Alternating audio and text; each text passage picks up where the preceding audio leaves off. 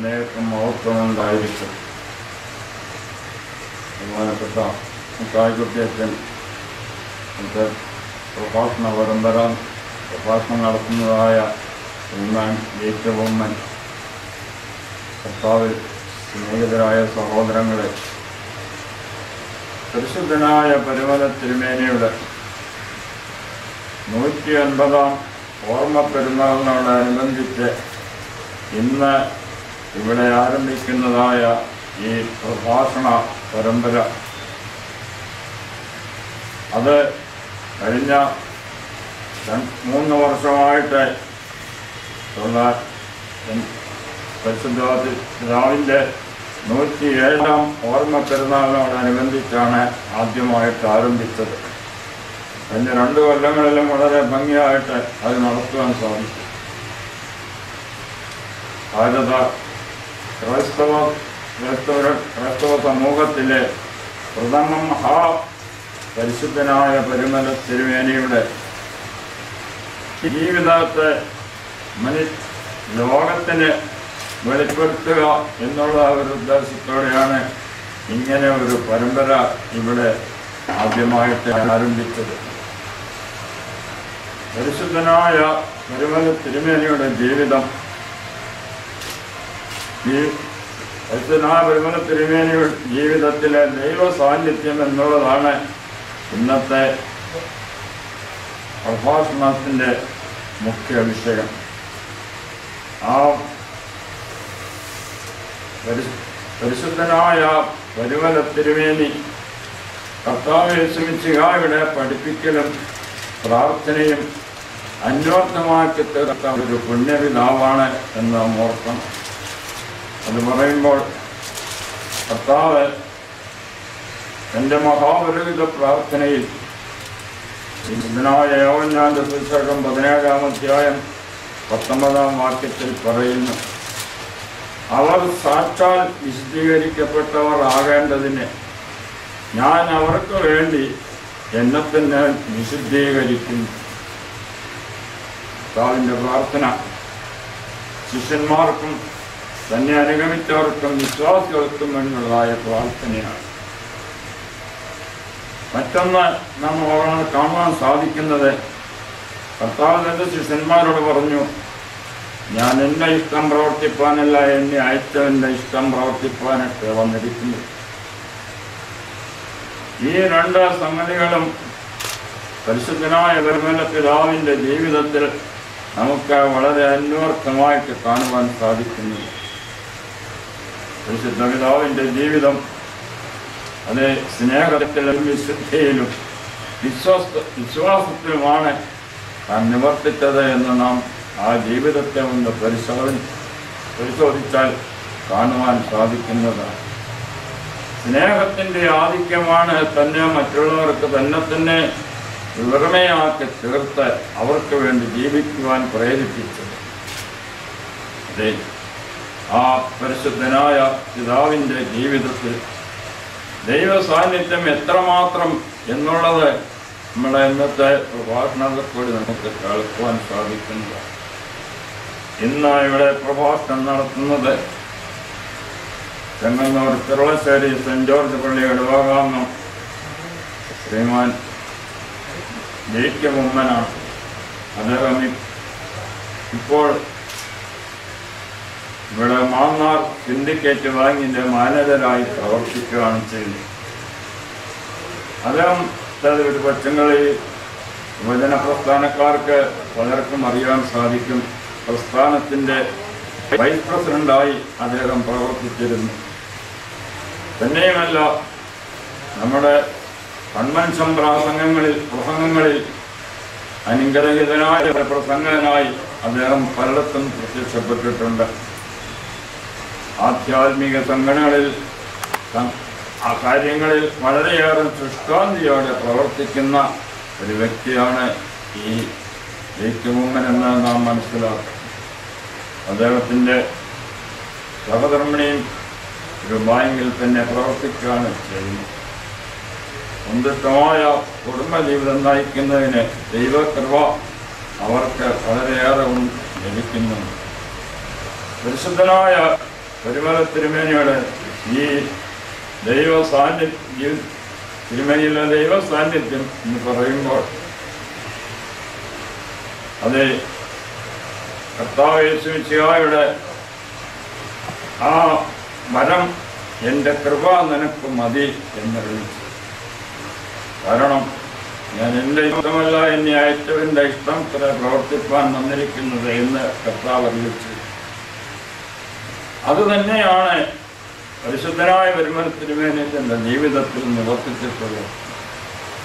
കർത്താവ് ശിഷ്യന്മാരോട് പറയുന്നു, ഞാനിനി നിങ്ങളെ ദാസന്മാർ എന്ന് വിളിക്കുന്നില്ല, സഹോദരന്മാരെന്നത്രകൾ. പരിശുദ്ധനായ പരിമല തിരുമേനി കർത്താവിൻ്റെ ഇഷ്ടം നിവർത്തിച്ച ദാസനാവും. എന്നാൽ ആ ദാസൻ എന്നുള്ള പദവിയിൽ നിന്ന് കർത്താവ് യേശുമിശിഹ തൻ്റെ സഹോദരനായി ഉയർത്തി. അതാണ് ഇതിൻ്റെ പരിശുദ്ധിയിൽ കൂടി നമുക്ക് ലഭിച്ചിട്ടുള്ളത്. കർത്താവ് യേശുമിശിഹ നമ്മെ എല്ലാവരെയും സഹോദരങ്ങളായി കാണുന്നുവെങ്കിൽ ഞാൻ ആദ്യം ഓർപ്പിച്ചതുപോലെ അവരും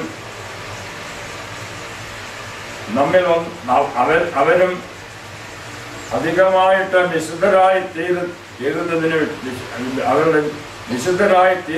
വേണ്ടി ഞാൻ അവർക്ക് വേണ്ടി എന്നെ തന്നെ വിശുദ്ധീകരിക്കും.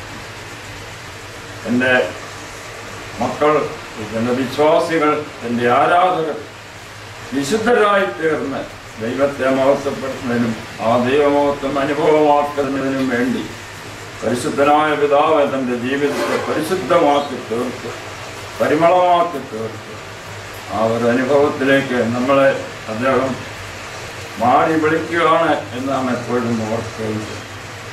അപ്രകാരം ആ പരിശുദ്ധ പിതാവിൻ്റെ ദൈവസാന്നിധ്യത്തെ പറ്റി ഇന്ന് ഇവിടെ പ്രഭാഷണം നടത്തുന്നതായ ഈ ശ്രീമാൻ ജേക്കബ് ഉമ്മനെ ഇതിലേക്ക് സ്വാഗതം ചെയ്യുന്നതിൽ വളരെയേറെ സന്തോഷമുണ്ട്. ഞാൻ അദ്ദേഹത്തിൻ്റെ കുടുംബത്തിലെ സഹധർമ്മിണിയെ പറ്റി പറഞ്ഞത്, അദ്ദേഹത്തിന് 2 മക്കളുമുണ്ട്. അവരും വളരെയേറെ ദൈവ സാന്നിധ്യ ബോധത്തോടെ ജീവിക്കുന്നവരാണ്. ഒരു കാര്യം കൂടെ, തങ്ങളുടെ വരുമാനത്തിൽ തങ്ങൾക്ക് ലഭിക്കുന്നതായ ആ വരുമാനത്തിൻ്റെ ദശാംശം കൃത്യമായി ചാരിറ്റിക്ക് വേണ്ടി നൽകിക്കൊണ്ടിരിക്കുന്ന ഒരു കുടുംബമാണ്.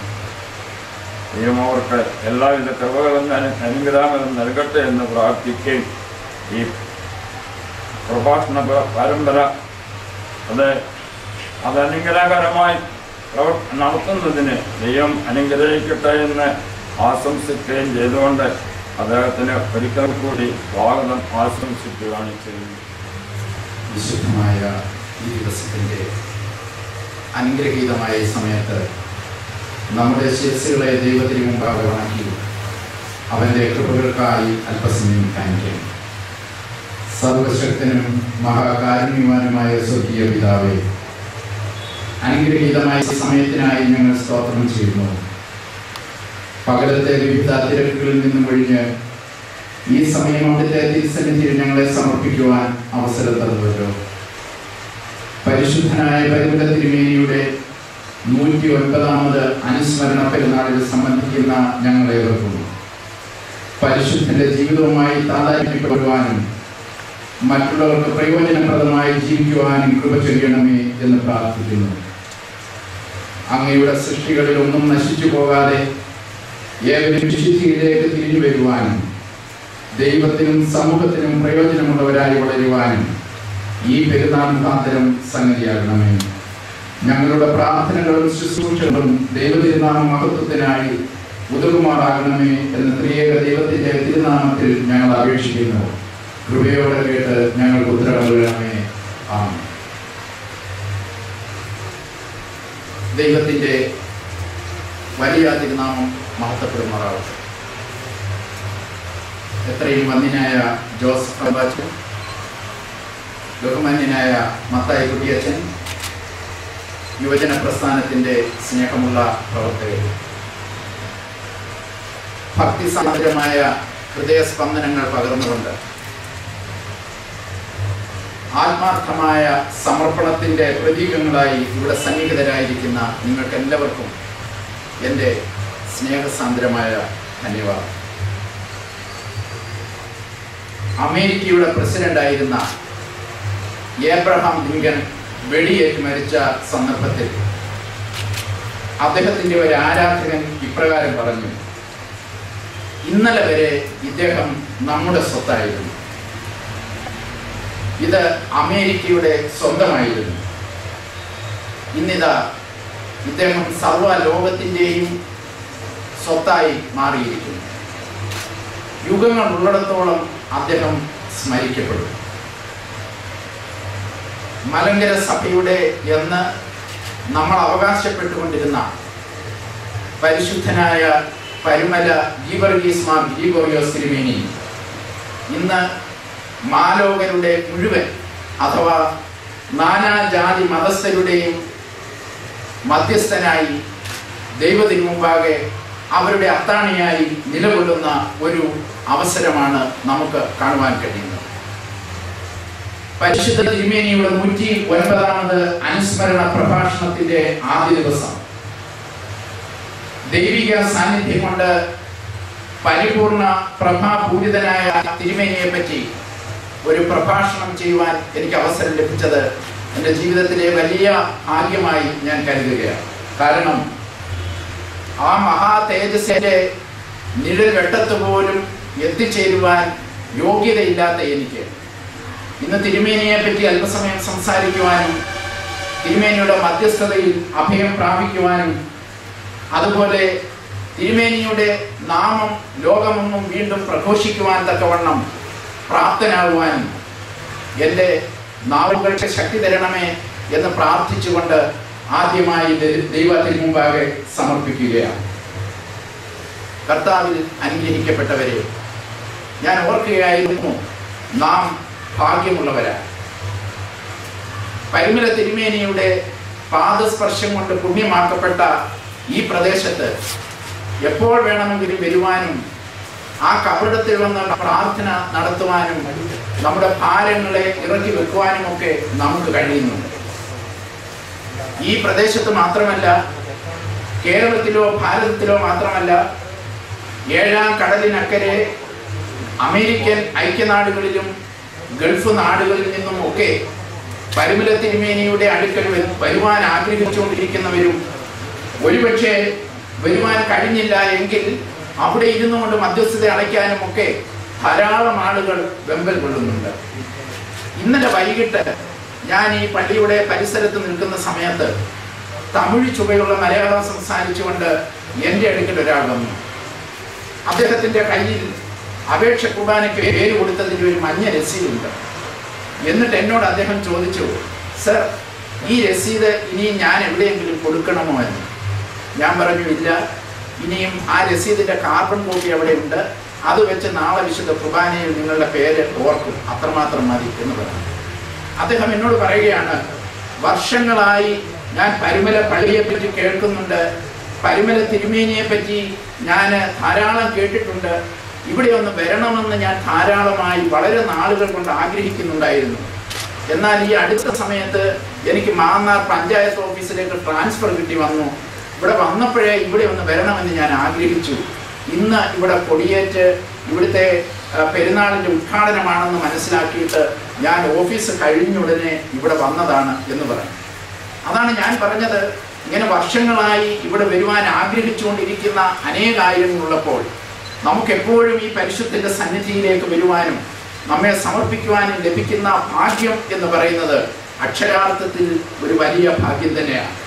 കഴിഞ്ഞ വർഷവും അതിനു മുമ്പുമൊക്കെ നാം ഇവിടെ ഈ അഖണ്ഡ പ്രാർത്ഥനയിലും അതുപോലെ ഇവിടുത്തെ പെരുന്നാളുകളിലും ഒക്കെ സംബന്ധിക്കുന്നുണ്ട്.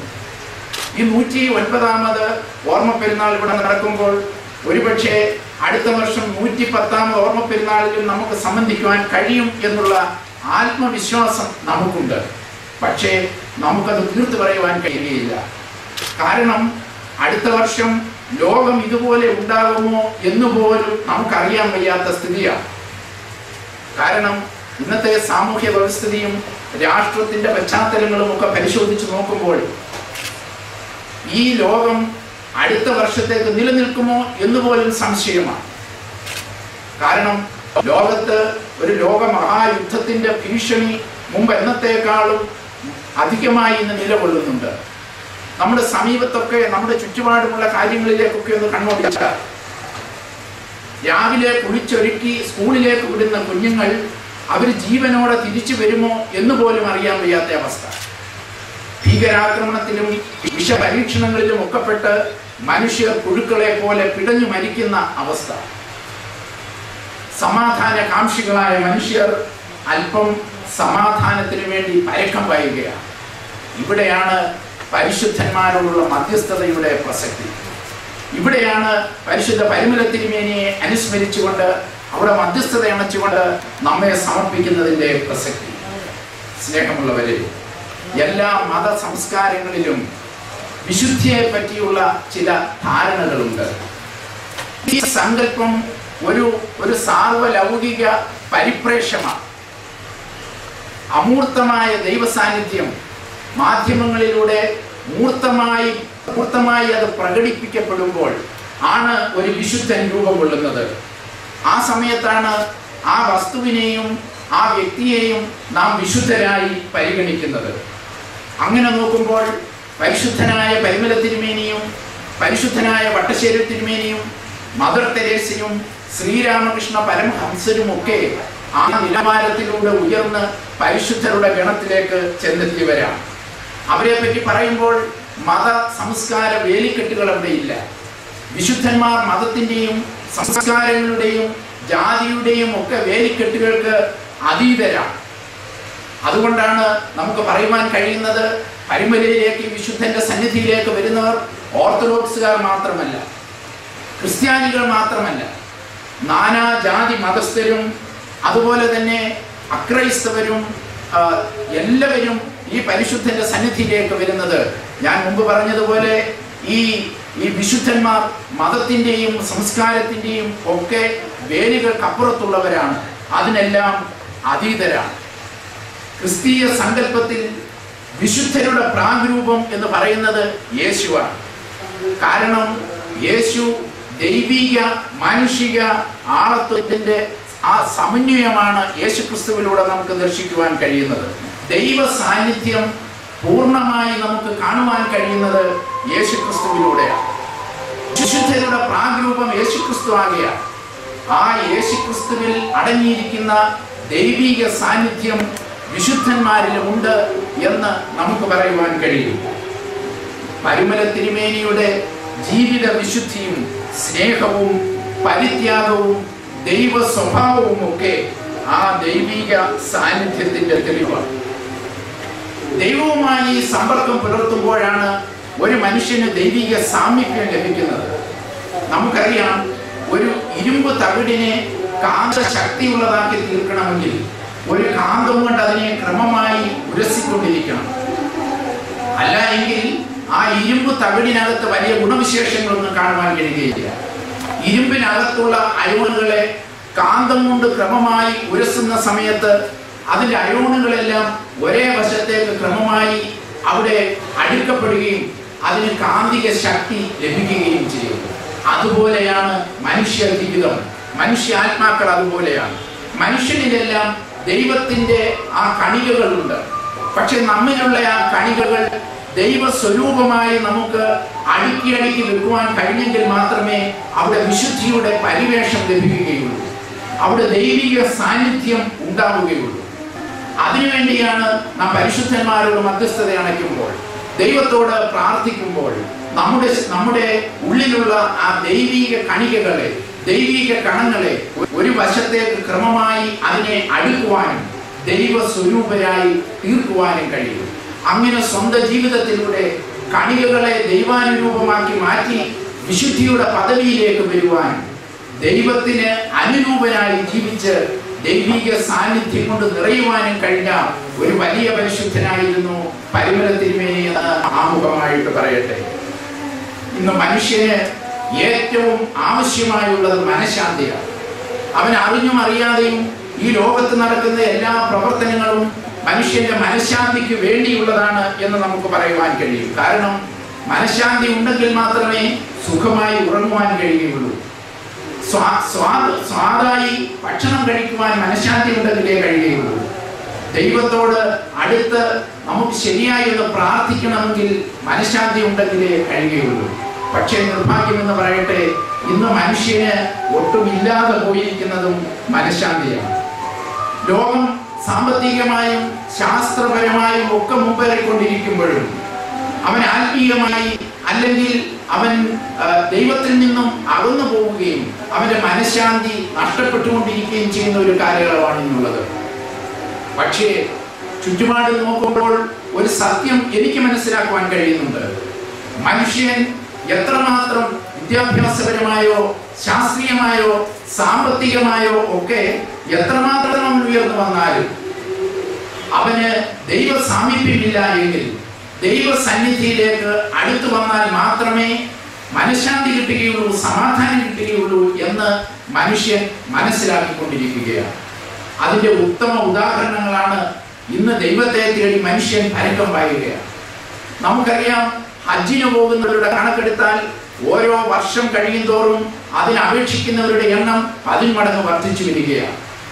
ശബരിമലയിലേക്കും ഹൈന്ദവരുടെ പുണ്യസ്ഥലങ്ങളിലേക്കും ഓരോ വർഷം കഴിയും തോറും ആ തീർത്ഥാടകരുടെ എണ്ണം കൂടി വരികയാണ്. പ്രത്യേകിച്ച് പറയേണ്ട ആവശ്യമില്ല, നമ്മുടെ ദേവാലയങ്ങളിലും പുണ്യവാന്മാരുടെ കബറിടങ്ങളിലും അനുദിനം ഭക്തജനങ്ങളുടെ തിരക്ക് വർദ്ധിച്ചു വരുന്നു.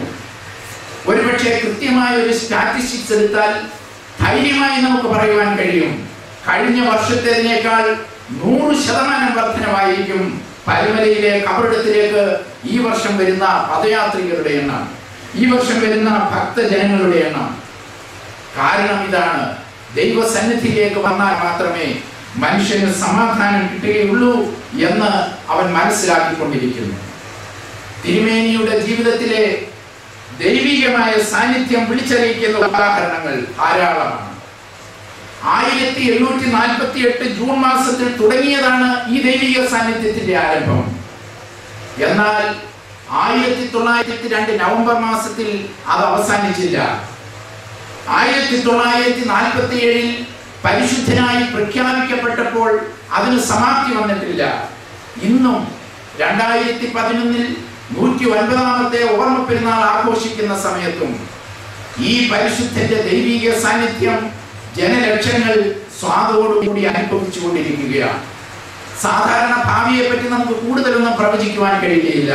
പക്ഷേ സധൈര്യം നമുക്ക് പറയുവാൻ കഴിയും, ഓരോ വർഷം കഴിയും തോറും ഭാവിയിലും പരിമല തിരുമേനിയുടെ ദൈവിക സാന്നിധ്യം അനുദിനം വർദ്ധിച്ചു വരികയുള്ളൂ, സംശയമില്ല.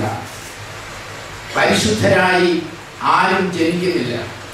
പരിശുദ്ധ കന്യകമറിയാൻ പോലും അമലോത്ഭവയാണ് എന്ന് നമ്മുടെ സഭ പഠിപ്പിക്കുന്നില്ല. എന്നാൽ ജീവിതത്തിലൂടെ, ചിന്തയിലൂടെ, പ്രവർത്തനത്തിലൂടെ പരിശുദ്ധിയിലേക്ക് ഉയർന്നു വരുവാൻ ഏത് സാധാരണക്കാരനും കഴിയും. നമുക്ക് ഓരോരുത്തർക്കും ആ പരിശുദ്ധിയിലേക്ക് ഉയർന്നു വരുവാൻ കഴിയും. കാരണം ദൈവികമായ സാമീപ്യത്തിലൂടെ, ദൈവികമായ പ്രവർത്തനത്തിലൂടെ പരിപൂർണതയിൽ എത്തിച്ചേരുമ്പോൾ, ദൈവവുമായി താതാത്മ്യം പ്രാപിക്കുമ്പോൾ പരിശുദ്ധിയുടെ ആ വലിയ നിലയിലേക്ക് എത്തിച്ചേരുവാൻ നമുക്ക് കഴിയും എന്നുള്ളതിന് സംശയമില്ല.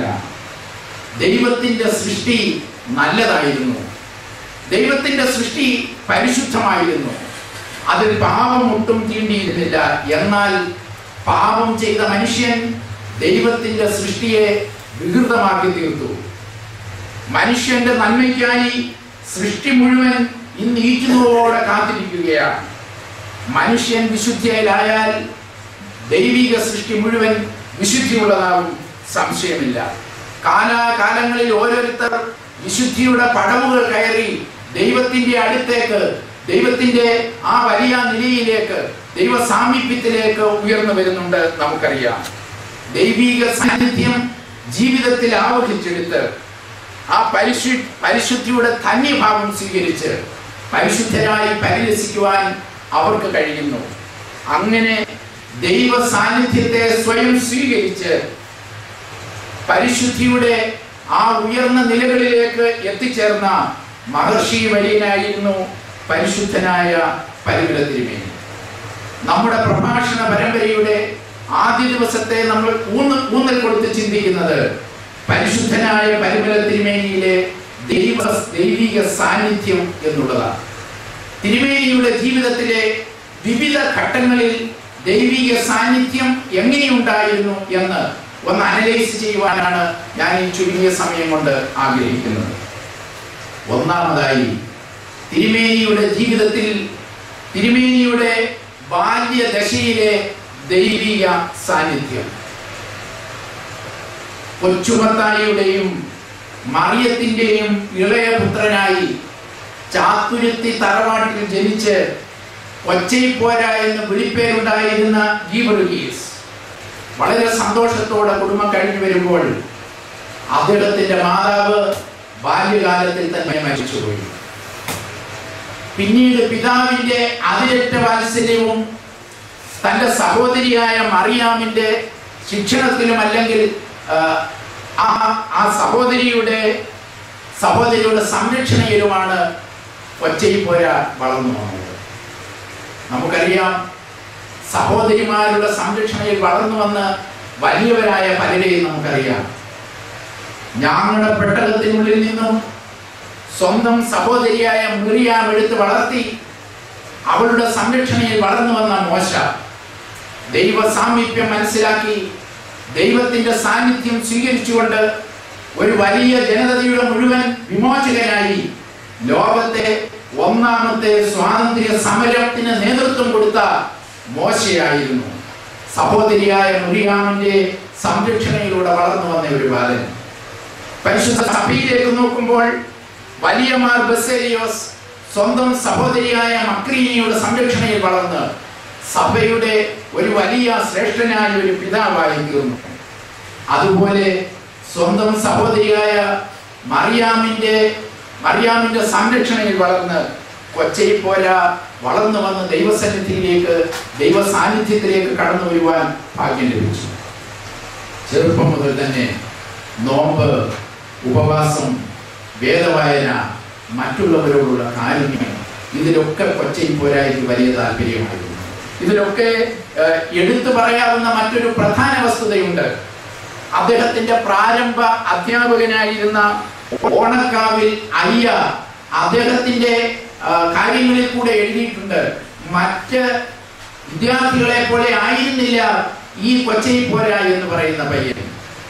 അവൻ ഈ ഭൗതിക സന്തോഷങ്ങളിൽ ഒന്നും ഇഷ്ടമുണ്ടായിരുന്നില്ല. ഇവൻ എൻ്റെ സമീപത്ത് വരുമ്പോൾ എനിക്ക് അറിയാത്ത ഒരു രോമാഞ്ചം, അറിയാത്ത ഒരു അനുഭൂതി ഉണ്ടാകുമായിരുന്നു എന്ന് ഓണക്കാവിൽ അയ്യായുടെ ഭാഷയിൽ പറഞ്ഞാൽ അതായിരുന്നു ഈ ഗീവർഗീസിന്റെ സാന്നിധ്യം കൊണ്ട് ആ ബാല്യകാലത്ത് തന്റെ ഗുരുവിനുണ്ടായത്. എന്തുകൊണ്ട് ഈ ഗുരുവിന് കൊച്ചയിപ്പോര അല്ലെങ്കിൽ ഗീവർഗീസിന്റെ സാന്നിധ്യം കൊണ്ട് ഈ ഗുരുവിന് ഒരു രോമാഞ്ചമുണ്ടായി അല്ലെങ്കിൽ ഒരു സന്തോഷം അനുഭവപ്പെട്ടു? അതിന്റെ ഉത്തരം എനിക്ക് പറയുവാനുള്ളത്, എന്തുകൊണ്ട് കന്യക മറിയാമിനെ കണ്ടപ്പോൾ എലിസബത്തിന്റെ വയറ്റിൽ യോഹന്നാൻ തുള്ളിച്ചാടി? കാരണം ദൈവിക സാന്നിധ്യം. എന്റെ രക്ഷകന്റെ മാതാവിനെ കണ്ടപ്പോൾ സന്തോഷം കൊണ്ട് മതിമറന്നുപോയ എലിശിബായിക്ക് രക്ഷകന്റെ സാമീപ്യം തന്റെ അടുത്തേക്ക് വന്നപ്പോൾ യോഹന്നാൻ അവിടെ കിടന്നുകൊണ്ട് തുള്ളിച്ചാടി.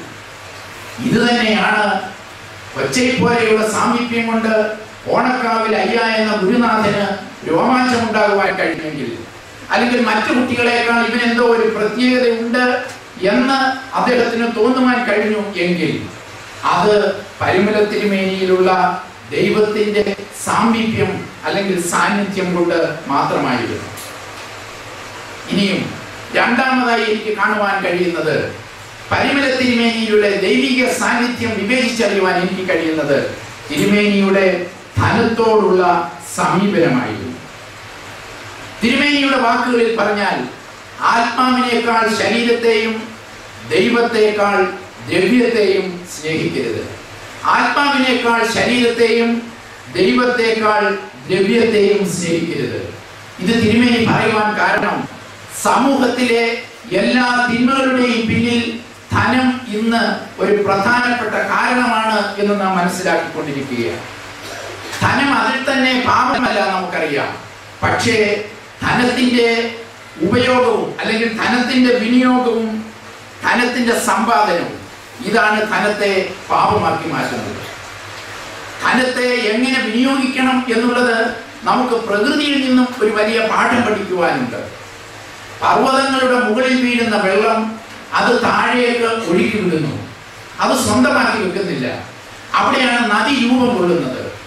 ആ നദിയിൽ നിന്നും മനുഷ്യനും മൃഗങ്ങളും ഒക്കെ അവൻ കുടിക്കുകയും ഒക്കെ ചെയ്യുന്നു. അതുകൊണ്ടാണ് പമ്പാ നദി പവിത്ര നദി എന്ന് പറയുന്നത്. ഗംഗാ നദിയെ പുണ്യനദി എന്ന് വിളിക്കുന്നത് അതുകൊണ്ടാണ്. എന്നാൽ ഈ വെള്ളം താഴേക്ക് വിടാതെ സ്വരൂപിച്ചു വെക്കുന്ന പർവ്വതങ്ങൾക്ക് എന്ത് സംഭവിക്കും? അവിടെ ഭാവിയിൽ ഉരുൾപൊട്ടലുണ്ടാവും. ഇത് തന്നെയാണ് മനുഷ്യന്റെയും ഗതി. തനിക്ക് ലഭിക്കുന്ന പണം സ്വന്തമാണ് എന്ന് വിചാരിച്ചുകൊണ്ട് സ്വരൂപിച്ചു വെക്കുന്ന മനുഷ്യന്റെ ജീവിതത്തിൽ ഉരുൾപൊട്ടലുണ്ടാവും.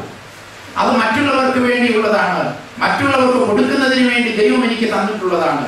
പരിമല തിരുമേനിയുടെ ഭാഷയിൽ പറഞ്ഞാൽ, വെള്ളം കെട്ടിക്കിടക്കുന്നിടത്ത് ഒഴുക്കില്ലാതെ കിടക്കുന്ന വെള്ളം ചീഞ്ഞു നാറും എന്നാണ്. അതുപോലെ മറ്റുള്ളവർക്ക് വേണ്ടി ഉപയോഗിക്കാതെ ഒഴുക്കില്ലാതെ നാം സ്വരൂപിക്കുന്ന പണം നമ്മുടെ ജീവിതത്തിൽ ചീഞ്ഞു നാറ്റമുണ്ടാവും. പണത്തെ നാം വിനിയോഗിക്കേണ്ടത് എങ്ങനെയാണെന്ന് തിരുമേനി പറയുന്നത്, ഒരു ടാങ്കിൽ നിന്നും വെള്ളം വരുമ്പോൾ അതിന്റെ പൈപ്പിന് എന്ത് കർത്തവ്യമാണോ നിർവഹിക്കുവാനുള്ളത് അതായിരിക്കണം ധനം കിട്ടുന്ന മനുഷ്യന്റെ ഗതി.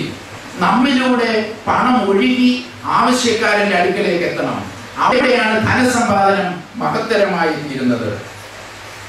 ഇന്ന് നമ്മുടെ സമൂഹത്തിൽ നമുക്കറിയാം, രാഷ്ട്രീയ സാമൂഹ്യ മണ്ഡലങ്ങളിലൊക്കെ ഈ ധനത്തിന്റെ ഇടപാടുകൾ മൂലമുള്ള അനുദിനം ചീഞ്ഞു നാറുന്ന വാർത്തകൾ മാത്രമാണ് നമുക്ക് കേൾക്കുവാൻ കഴിയുന്നത്. നമ്മുടെ ചുറ്റുപാടും ഒന്ന് നോക്കിയാൽ നമുക്ക് മനസ്സിലാവും. ഒരു കാര്യം നാം ശ്രദ്ധിച്ചിട്ടുണ്ടോ? ദൈവം സൃഷ്ടിച്ചിട്ടുള്ള കോടാനുകോടി ജീവജാലങ്ങളും പക്ഷികളും മൃഗങ്ങളും ഒക്കെ സുഭിക്ഷമായി ഭക്ഷണം കഴിച്ച് ജീവിക്കുന്ന നമ്മുടെ രാജ്യത്ത്, സംസ്ഥാനത്തും കേന്ദ്രത്തിലുമൊക്കെ മനുഷ്യനു വേണ്ടി അല്ലെങ്കിൽ ഭക്ഷ്യവകുപ്പിന് വേണ്ടി പ്രത്യേകം ഒരു മന്ത്രി പോലുമുള്ള, അല്ലെങ്കിൽ ജനകീയ ആസൂത്രണങ്ങളും പദ്ധതികളും ഒക്കെയുള്ള മനുഷ്യൻ മാത്രം വിശന്നു മരിക്കുന്നു. എന്താണ് ഇതിന്റെ കാരണം? ധനത്തിന്റെ ശരിയായ വിനിയോഗമില്ലായ്മയാണ്.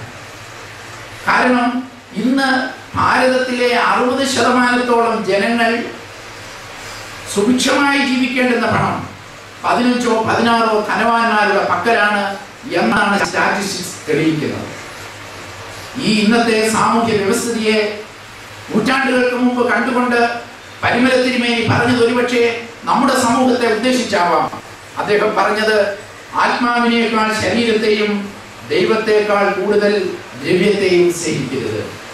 ധനത്തിന്റെ ആഗമനവും അതിന്റെ വിനിയോഗവും ശുദ്ധിയുള്ളതായിരിക്കണം.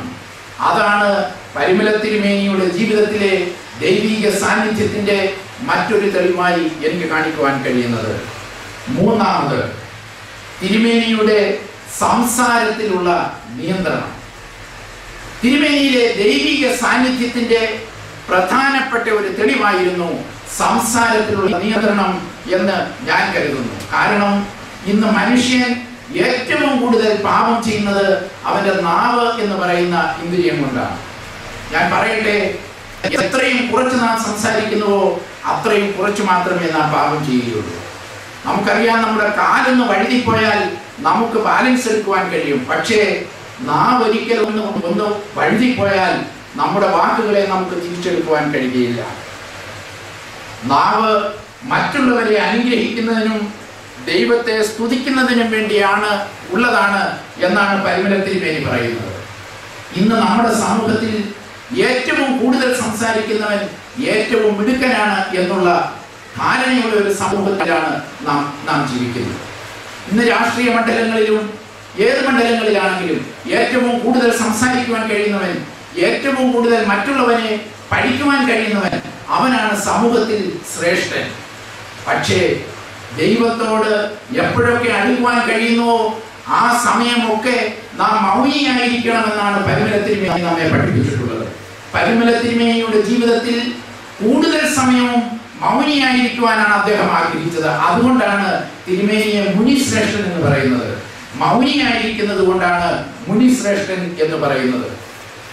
തിരുമേനി എപ്പോഴൊക്കെ ദൈവവുമായി അടുത്തിരിക്കുന്നുവോ ആ പാഠമാണ് നമ്മയും പഠിപ്പിക്കുന്നത്. കാരണം നാം സംസാരിക്കുമ്പോൾ ദൈവം കേൾക്കുന്നുണ്ട്, പക്ഷേ ദൈവത്തിന് സംസാരിക്കുവാൻ അവസരം ലഭിക്കില്ല. പക്ഷേ നാം ധ്യാനിക്കുമ്പോൾ, നാം മൗനിയായിരിക്കുമ്പോൾ ദൈവം സംസാരിക്കും, നമുക്കത് കേൾക്കുവാൻ കഴിയും.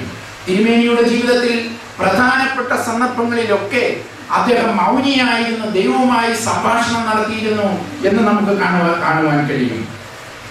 1877 തിരുമേനി മെത്രാൻ സ്ഥാനം ലഭിച്ച് അല്പം കഴിഞ്ഞ സമയത്ത് വെട്ടിക്കൽ ദേറായിൽ 40 ദിവസം ഉപവാസത്തിൽ അഥവാ മൗന വ്രതത്തിൽ കഴിഞ്ഞ് കൂടുതൽ ശക്തി സ്വീകരിച്ചുകൊണ്ട് അതിനുശേഷമാണ് ഭദ്രാസന ഭരണത്തിന് വേണ്ടി വരുന്നത്. കൂടാതെ മറ്റൊരു ശ്രദ്ധേയമായ കാര്യമുണ്ട്. തിരുമേനി കാലം ചെയ്യുന്നതിന് തൊട്ട് മുമ്പ് 2 ദിവസങ്ങൾക്ക് മുമ്പ് 2 ദിവസം തിരുമേനി മൗന വ്രതത്തിലായിരുന്നു. തിരുമേനി ആ സമയത്ത് മൗനിയായി കിടന്നു. വട്ടശ്ശേരിയിൽ ഗീവർഗീസ് കത്തനാരെ വിളിച്ച് അദ്ദേഹം താക്കോലും സ്ഥാനചിഹ്നങ്ങളും ഒക്കെ കൊടുത്ത ശേഷം മൗനിയായിരുന്നു ദൈവത്തോട് സംസാരിച്ചു. ഞാൻ വിശ്വസിക്കുന്നു ആ സംസാരത്തിലാണ് തിരുമേനി കാലം ചെയ്യുന്ന തീയതിയെ പറ്റി തിരുമേനിക്ക് ദൈവം മനസ്സിലാക്കി കൊടുത്തത്. കാരണം ആ 2 ദിവസത്തെ മൗനത്തിന് ശേഷം അദ്ദേഹം ചോദിച്ചു, ഇന്ന് തീയതി എത്രയാണ്? പറഞ്ഞു 18. ദൈവമേ, ഇനിയും 2 ദിവസം കൂടി ഞാൻ ഈ വേദന സഹിക്കണമല്ലോ എന്ന്. കാരണം ദൈവവുമായുള്ള സംസാരത്തിൽ തുലാമാസം 20-ാം തീയതിയാണ് താൻ ദൈവസന്നിധിയിലേക്ക് എടുക്കപ്പെടുന്നത് എന്ന് അദ്ദേഹത്തിന് മനസ്സിലാക്കി. അതാണ് മൗനിയായിരുന്നു കൊണ്ട് ദൈവവുമായി സംസാരിക്കുവാൻ കഴിഞ്ഞിട്ടുള്ള പരിമല തിരുമേനി. തിരുമേനിയുടെ ജീവിതത്തിലെ ദൈവിക സാന്നിധ്യത്തിന്റെ ഒരു വലിയ ഉദാഹരണമായിരുന്നു. മൗനിയായിരുന്നു കൊണ്ട്, ദൈവത്തോട് ധ്യാനത്തിൽ ഇരുന്നുകൊണ്ട് ദൈവവുമായി സംസർഗം ചെയ്യുവാനും ആശയവിനിമയം നടത്തുവാനും ഉണ്ടായിരുന്ന ആ കഴിവ്. അടുത്തതായി തിരുമേനിയുടെ ദൈവിക സാന്നിധ്യം എനിക്ക് മനസ്സിലാവുന്നത് വെല്ലുവിളികളോടുള്ള പ്രതികരണം കാണുമ്പോഴാണ്. ഏത് പ്രയാസത്തെയും മറ്റുള്ളവർ തരണം ചെയ്യുവാൻ കഴിയുന്നില്ല എന്ന് ചിന്തിച്ചുകൊണ്ട് ഏത് പ്രയാസവുമായി തിരുമേനിയുടെ അടുക്കൽ വരുമ്പോഴും അതിനെ വളരെ ലാഘവത്തെ ദൈവസന്നിധിയിൽ സമർപ്പിച്ചുകൊണ്ട് വളരെ ലഘുവായി കൈകാര്യം ചെയ്യുന്ന ഒരു രീതി. സെമിനാരിയിൽ ഒരു ദിവസം നാളത്തേക്ക് ഭക്ഷണത്തിന് യാതൊരു വകയുമില്ല എന്ന് പറഞ്ഞപ്പോൾ ഒന്നും വ്യാകുലപ്പെടേണ്ട, ദൈവം നോക്കിക്കൊള്ളുമെന്ന് പറഞ്ഞ തിരുമേനിയുടെ വാക്കുകളിൽ കാത്തിരിക്കുന്നവർക്ക് കാണുവാൻ കഴിഞ്ഞത് പിറ്റേന്ന് ഒരു വാഹനം നിറയെ ഒരു കുട്ട നിറച്ച് ചോറും കറികളും അരിയും പായസവും ഒക്കെ ആയിട്ട് വരുന്ന ആൾക്കാരെയാണ് കാണുവാൻ കഴിഞ്ഞത്. പ്രശ്നങ്ങളെ ലഘുവായി സമീപിച്ചുകൊണ്ട് ദൈവ തിരുമുമ്പാകെ സമർപ്പിച്ചുകൊണ്ട് പ്രവർത്തിക്കുവാൻ കഴിയുന്നത് ദൈവീക സാന്നിധ്യമുള്ള ഒരു വ്യക്തിക്ക് മാത്രമേ കഴിയുകയുള്ളൂ. തന്റെ ഗുരുനാഥനായിരുന്ന ഗീവർഗീസ് മെൽപ്പാൻ മാരകമായ വസൂരി രോഗത്താൽ കിടക്കുമ്പോൾ അവിടെ താമസിച്ചിരുന്ന മറ്റെല്ലാവരും പോയി കഴിഞ്ഞപ്പോഴും തന്റെ ഗുരുവിനെ സ്വീകരിച്ചുകൊണ്ട് ഗുരുവിൽ നിന്നും ആ വ്യാധി സ്വയം ഏറ്റുവാങ്ങിക്കൊണ്ട് ഗീവർഗീസ് ശമാശൻ വളരെ തന്മയത്വത്തോടുകൂടി ദൈവിക സാന്നിധ്യം കൊണ്ട് അനുഗ്രഹീതനായി അവിടെ കഴിഞ്ഞുകൂടി. കുരിശിൽ അതിവേദന സഹിച്ചുകൊണ്ട് പിതാവിന്റെ ഇഷ്ടം നിറവേറുവാൻ കിടന്ന അതേ പുത്രൻ തമ്പുരാന്റെ അതേ മാനസിക അവസ്ഥയിൽ മറ്റെന്തെല്ലാം പ്രയാസങ്ങൾ ഉണ്ടായാലും എന്തെല്ലാം വെല്ലുവിളികൾ ഉണ്ടായാലും സ്വീകരിച്ചുകൊണ്ട് സന്തോഷത്തോടെ അതിനെ അഭിമുഖീകരിച്ചിരുന്ന പരിമല തിരുമേനിയുടെ ദൈവ സാന്നിധ്യം മറ്റുദാഹരണങ്ങളിലൂടെ എടുത്തു കാട്ടുവാൻ ആവശ്യമില്ല എന്നാണ് എനിക്ക് തോന്നുന്നത്. കാരണം അത്രമാത്രം ലാഘവത്തോടുകൂടി പ്രശ്നങ്ങളെ കൈകാര്യം ചെയ്യുവാൻ പരിമല തിരുമേനിക്ക് കഴിഞ്ഞത് ദൈവിക സാന്നിധ്യം ഉണ്ടായി. മറ്റൊരു പ്രധാന തെളിവായി എനിക്ക് എടുത്തു കാണിക്കുവാൻ കഴിയുന്നത്, സ്നേഹമുള്ളവരെ, സമൂഹത്തിലുള്ള മറ്റുള്ളവരെ ഒക്കെ ദൈവ സമാനികരായി കാണുവാൻ തിരുമേനിക്ക് കഴിഞ്ഞിരുന്നു എന്നുള്ളതാണ്. മറ്റുള്ള മനുഷ്യരെ ദൈവത്തിന് സമാനമായി കാണുവാൻ തിരുമേനിക്ക് കഴിഞ്ഞിരുന്നു. അതിന്റെ ഏറ്റവും നല്ല ഉദാഹരണമാണ് ജാതിയും തീണ്ടലും തൊടിയിലും ഒക്കെ നിലനിന്നിരുന്ന ഒരു കാലത്ത് അധകൃതരെ അല്ലെങ്കിൽ സമൂഹത്തിൽ താണവരെന്ന് കരുതപ്പെട്ടിരുന്നവരെ അടുത്തു ചേർത്ത് വിളിച്ച് അവരെ അനുഗ്രഹിച്ച് അവരെ പേര് ചൊല്ലി വിളിച്ച് അവരെ ദൈവസന്നിധിയിലേക്ക് കൊണ്ടുവന്നിരുന്ന ഒരു വലിയ മനസ്സ്. നമുക്കറിയാം, ഹരിജൻ എന്ന് പറഞ്ഞാൽ അത് ദൈവത്തിന്റെ ജനമാണ് എന്ന് മഹാത്മാഗാന്ധി പറയുന്നതിന് വർഷങ്ങൾക്ക് മുമ്പ്, മഹാത്മാഗാന്ധി ഈ സന്ദേശം ലോകത്തിന് കൊടുത്തത് 1940-കളിലായിരുന്നു. എന്നാൽ 19-ാം നൂറ്റാണ്ടിന്റെ അവസാന ഘട്ടത്തിൽ ഹരിജനങ്ങൾ അല്ലെങ്കിൽ സമൂഹത്തിൽ താഴേക്കിടയിൽ എന്ന് കരുതപ്പെടുന്നവർ ദൈവത്തിന്റെ സ്വന്തം മക്കളാണ്, അവരെയും ദൈവസന്നിധിയിലേക്ക് കൊണ്ടുവരേണ്ടവരാണ് എന്നുള്ള വിപ്ലവകരമായ ഒരു സന്ദേശം കൊടുത്തുകൊണ്ട് അവരെ ചേർത്ത് നിർത്തി ദൈവസന്നിധിയിലേക്ക് കൊണ്ടുവരുവാൻ പരിമല തിരുമേനിക്ക് കഴിഞ്ഞു. പുറജാതി മിഷൻ രൂപീകരിച്ചു. എല്ലാ എതിർപ്പുകളെയും അവഗണിച്ച് അവർക്ക് വേണ്ടി പള്ളികൾ കൊടുത്തു, അവരെ ചേർത്ത് നിർത്തി, അവരെ അനുഗ്രഹിച്ചു. ഇതെല്ലാം ദൈവ സാന്നിധ്യത്തിന്റെ ബഹിർസ്ഫുരണമായി നമുക്ക് കാണുവാൻ കഴിയും. അവസാനമായി തിരുമേനിയിലെ ദൈവിക സാന്നിധ്യം എനിക്ക് വിളിച്ചറിയിക്കുവാൻ, എനിക്ക് നിങ്ങളെ കാണിക്കുവാൻ കഴിയുന്നത് മറ്റെങ്ങും നോക്കണ്ട, നമ്മുടെ ചുറ്റുപാടും നോക്കിയാൽ മതി. എവിടെ നോക്കിയാലും പരിമല തിരുമേനി ഞങ്ങൾക്ക് വേണ്ടി അപേക്ഷിക്കണമേ എന്ന് പറഞ്ഞുകൊണ്ട് തിരുമേനിയുടെ പെരുന്നാൾ ദിവസങ്ങൾ മാത്രമല്ല, എല്ലാ വെള്ളിയാഴ്ച ദിവസങ്ങളിലും എന്ന് വേണ്ട, ഇന്ന് എല്ലാ ദിവസങ്ങളിലും പരിമലയിലേക്കുള്ള ജനത്തിരക്ക്. ഇതിലധികം വലിയ തെളിവെന്താണ് വേണ്ടത്? തിരുമേനിയിലെ ദൈവിക സാന്നിധ്യത്തിൽ.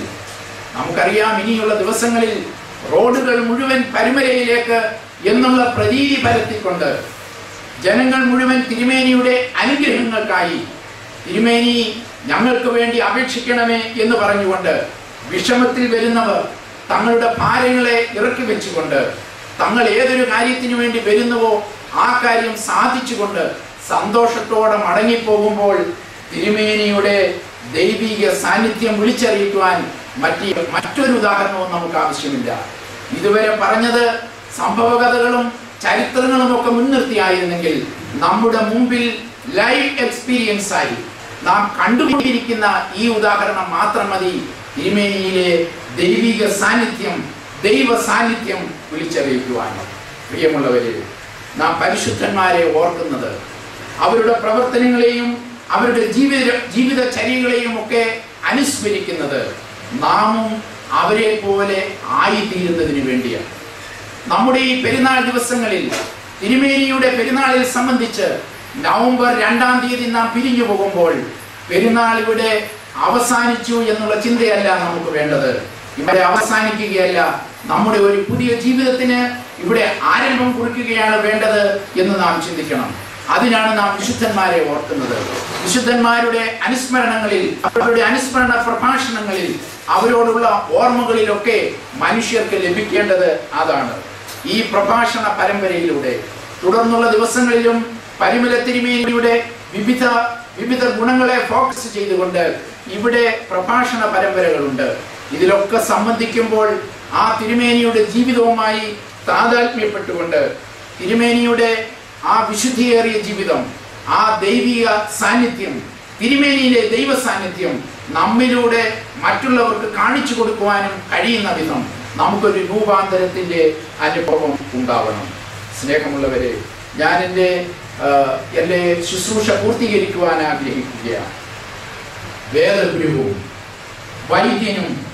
വൈദികനും പരിശുദ്ധനുമായി പരിമലയിലെത്തുന്നവർക്കും വിദൂരതയിൽ ഇരുന്ന് മധ്യസ്ഥത ചെയ്യുന്നവർക്കും അനുഗ്രഹങ്ങളെ നൽകുന്ന ഈ മഹാപരിശുദ്ധന്റെ ദൈവ സാന്നിധ്യം നമ്മുടെ ജീവിതത്തിൽ എന്നും കോട്ടയായിരിക്കട്ടെ. നമ്മുടെ പ്രാർത്ഥനകളും നമ്മുടെ സമർപ്പണവുമെല്ലാം നമ്മുടെയും സഹജീവികളുടെയും ജീവിതത്തിൽ ദൈവത്തിന്റെ സാന്നിധ്യം ഉണ്ടാകുവാൻ, ദൈവിക സാന്നിധ്യം മൂലം വിശുദ്ധരുടെ നിലയിലേക്ക് ഉയർന്ന പരിശുദ്ധനായ പരിമല തിരുമേനിയുടെ മധ്യസ്ഥതയാൽ അനുഗ്രഹം പ്രാപിക്കുവാനും സംഗതിയാവട്ടെ എന്ന് പ്രാർത്ഥിച്ചുകൊണ്ട് പരിമല തിരുമേനിയുടെ ആ ദൈവിക സാന്നിധ്യത്തെ പറ്റി ഇത്രയും നേരം സംസാരിക്കുവാൻ എൻ്റെ നാവുകൾക്ക് ശക്തി തന്നവനായ ദൈവത്തിന്റെ തിരുമുമ്പാകെ എൻ്റെ ശിരസ്സുകളെ നമിച്ചുകൊണ്ട് എന്നെ ഇത്രയും സമയം ശ്രമിച്ചുകൊണ്ടിരുന്ന പന്നിനായ റമ്പാച്ചനും ബഹുമാനപ്പെട്ട മുത്തായിക്കുട്ടി അച്ഛനും മറ്റിവിടെ സന്നിഹിതരായിരിക്കുന്ന എല്ലാവർക്കും എൻ്റെ പ്രാർത്ഥനയും ബഹുമാനങ്ങളും സ്നേഹവും നന്ദി അർപ്പിച്ചുകൊണ്ട് ഞാൻ എൻ്റെ ശുശ്രൂഷ പൂർത്തീകരിക്കുന്നു. ദൈവം നമ്മെ എല്ലാവരെയും അനുഗ്രഹിക്കട്ടെ.